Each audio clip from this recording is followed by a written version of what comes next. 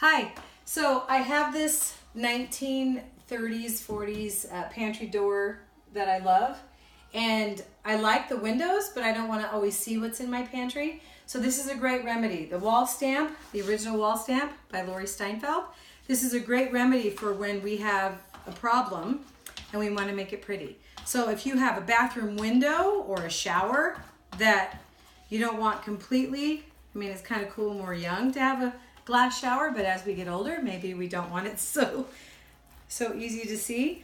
We are going to show you the remedy to this issue. So this is my pantry. I went and found it at a restore down in Pasadena. So I'm going to stamp on the inside so that we can clean the outside. And first of all, I need to tell you a trick. You clean the glass with rubbing alcohol first. It gets all the grit and it gets super, super clean. So I'm going to start up here with these roses. Make sure my door is completely stopped. Glass is slippery, so take your time. Just nice and slow. I'm just going to get this on here the best I can. And then I'm going to show you the trick with little pieces. Roses is a really pretty design. You just have to know how to use them. You can trail them around your house and make it sort of like viney, and then you can hand paint your own little dots and vines.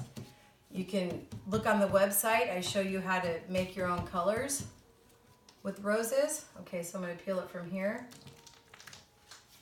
So there's our first start. Let's see what happens. So now these are my little pieces of roses. Obviously I have 2 rose stamps. So these are the little pieces that we will fill in. So check this out. I'm going to, remember what I say, always roll twice when it's the first time. So watch, this is mostly vines. And now I want this to trail off a little bit. So I'm going to put this right as if, see, I got to make the door stop first. My bad. So I'm going to make this as if it's trailing off. And you, like I said, glass, super slippery. So just take your time, especially because I cleaned it with the rubbing alcohol. But that looks good. So I'm going to do it again. See if I can hit another one. Over here, coming down. Let's see if I can. Sometimes you can stamp twice. You don't always have to load with paint, especially on something like glass that is not absorbent. When you're doing a fabric, it's a little different. Yeah, see, that looks good. Okay, so I'm going to stamp this whole glass, the windows. Okay, I'm going to show you one more bud, just since we're here, and then we'll time lapse it and you can see how fast this goes.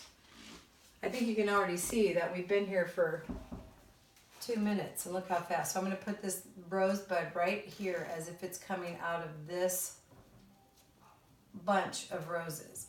And that's what's cool about roses, that you can cut it up. Now if you only have one roses stamp and you want to cut it, you can always duct tape it back together to stamp a whole rose pattern again.